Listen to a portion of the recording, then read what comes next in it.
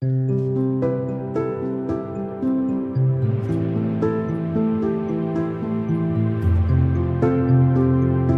to Philanthropy in Focus, where we shine a light on the people and organizations making a difference in our communities.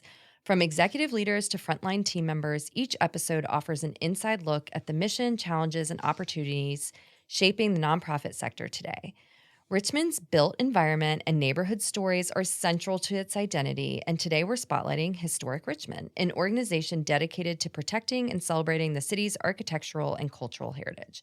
Whether you're a donor, volunteer, or simply looking to connect with causes that matter, this series is designed to inform and inspire, reflecting Heritage's commitment to helping families align their wealth with purpose and impact.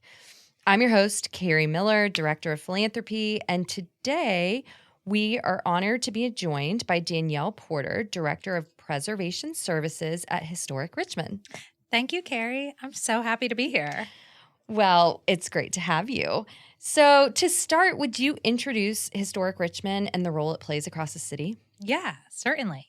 So Historic Richmond's mission is preservation, neighborhood revitalization, and education and advocacy. And we have a couple prongs as to how we do that. We protect and preserve the historic places that make Richmond unique and authentic.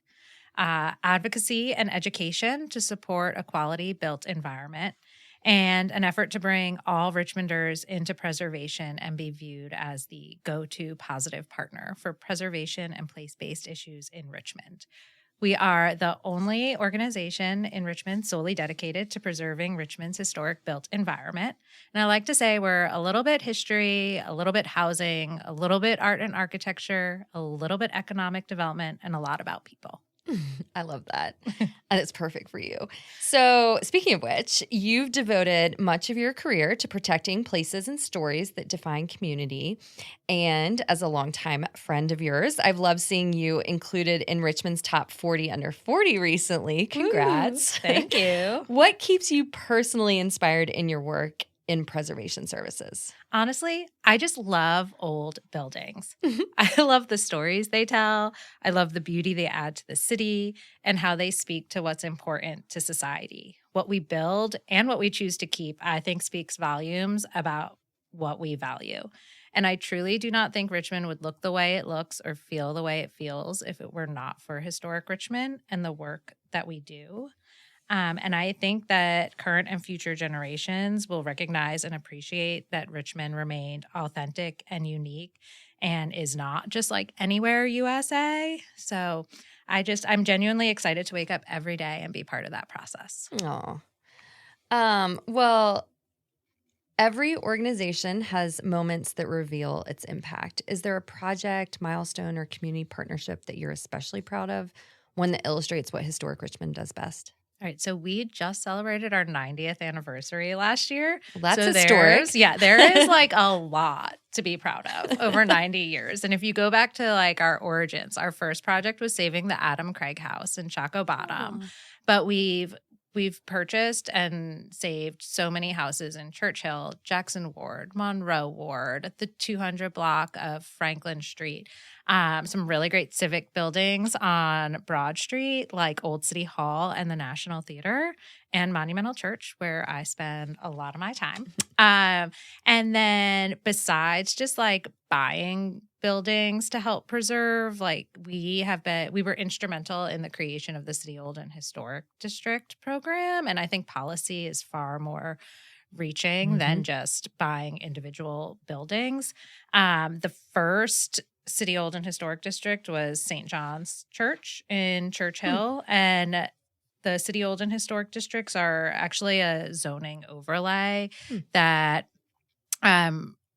require approval for exterior changes to your building, as well as what new construction in a district will look like. And they're a really great tool, but they don't prevent demolition. They don't prevent neglect. They don't require maintenance. So it's like a little limited. But definitely really incredible. And then some of my favorite projects that we're working on, my favorite building in Richmond is probably the Byrd Park Pump House. And we've been involved with that for a couple decades now. But right now we're partnering with the City Parks and Recs Department on a roof restoration project and with Friends of the Pump House on a window restoration project. And we have a facade grant program where we partner with homeowners and we provide matching grants for facade repairs, and that you have to either be in Churchill or Jackson Ward to do. And that's just like our effort to help keep the neighborhood in the neighborhood. Nice. And then I'm proud of all like our advocacy work that we're working on and around the city. And so we're working on the Cultural Heritage Stewardship Plan, code refresh, a demo ordinance, and other incentives to get homeowners to rehab their properties. So a couple things before we come back to the code refresh. Yeah. I love the pump house too, and I've been on a tour there, and I've been to a couple of like storytelling events there that were neat. And I love the stories about it from like, it sounds very like Great Gatsby-esque of all these like events that used to take place there. There's only one other pump house in the country in Philadelphia, like also a great city. Yeah, yes, yeah. But that it was used as like a social hall as well. So that it would be so neat if we got it back to like hosting events. Would love to see that. Yeah. Okay. So the Code Refresh and the Cultural Heritage Stewardship Plan. I got to be honest. I started to read the Code Refresh plan. I live in the city and I was like, oh my gosh, there's 5 different PDF attachments. There's so many. I'm like, there's clearly so much that's really important in here, but you need like an architecture degree to break it down. So I know it's becoming like the Cultural Heritage Stewardship Plan has become an important framework for Richmond's preservation community. Are there 2 or 3 things that we should know about the plan without you having to completely pull this apart that are some of the unique advocacy efforts Historic Richmond is leading or participating in to advance its goals? All right. So I kind of just a minute ago talked about the city old and historic districts, which are really like the only preservation policy that we have in the city at the moment, and only 6% of the city is included in those districts. So the Cultural Heritage Stewardship Plan is going to be the city's first ever citywide comprehensive plan for identifying, evaluating, and protecting historic and cultural resources. And the city hired consultants who spent 2 years working with community members and stakeholders trying to come up with compiling strategies and policy recommendations. So the overall goal of the plan is not to freeze the city in amber. It's meant to serve as like a guide for growth. And I would say that the biggest recommendations that come out of it are asking for a demo review process so that community members have an opportunity to engage before something is torn down, financial incentives to encourage adaptive reuse over demolition, an improved spot blight program to prevent demolition by neglect. The spot blight program kind of helps get owners to do something with their property when they're leaving it blighted. And new zoning districts and tools that support, protect, and enhance neighborhood character, kind of like City Old and Historic District Light, I would say, or like you can craft it to be different to what's important to you. And we would hope that the Cultural Heritage Stewardship Plan should be used to help inform the code refresh. Well, I could talk to you. I have so many questions, and I could talk to you about that forever. But that's probably a whole podcast about like the code refresh, a whole series. How about? And we would need multiple participants in it. Let's not even get started on water, but which supposedly they've solved. So, which is great. Yeah. So preservation succeeds when residents and supporters are part of the process. To your point. For listeners who want to get involved, what are some of the most meaningful ways to engage by joining some of these advocacy alerts, volunteering, or supporting priority projects through philanthropy? So we do rely on community members to support our work through engagement and philanthropy.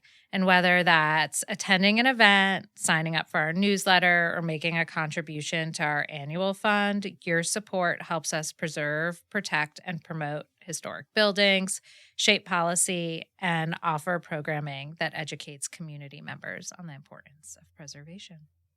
Nice. Yeah. So, I mean, you have a lot of projects going. You have a lot of different things. What would you say is Historic Richmond's greatest need right now? All right. So if you're listening to this podcast, I'm going to assume that you already think Richmond is a great place to live, work, and play, in part or largely due to its historic built environment. So thank you.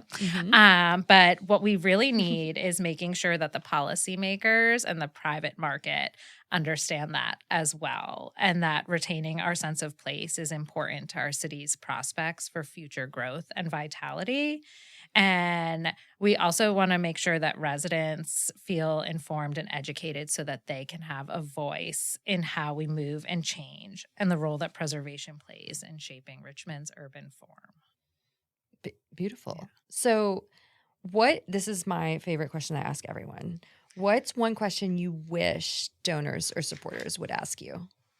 I mean, I wish more people would ask me like the difference between Kime and lime wash, or Doric and Ionic capitals, because I'm like really into the nerdy architecture stuff. But I'm just kidding. I swear she's really actually really fun outside of this. But I want people to feel like they can ask us anything, that preservation is accessible to everyone. There are no stupid questions, and we're just here to serve as a meaningful and valuable resource to keep Richmond unique and authentic. So call me, email me. I'm here for you, and no stupid questions. And if I can't answer it, I'll find someone who can. Well, we only invite passionate people onto this podcast. So thank you for that. And now I know if I ever run out of things to talk to you about, that we'll we just can start just talking go to about like lath and plaster. Yeah. But, and actually, I should have been more nervous when I was showing you our house and like the renovation plans we had for it. Now that I sit here and think about that. Anyway, Danielle, thanks so much for sharing your perspective and for the work Historic Richmond does to preserve the places and stories that make Richmond so special. Of course, Carrie. It's been my pleasure. Thank you so much for having me. Well, for those who want to learn more or get involved, we'll include links to contact Danielle and resources in the show notes. I'm Carrie Miller, and this has been Philanthropy in Focus. See you next time.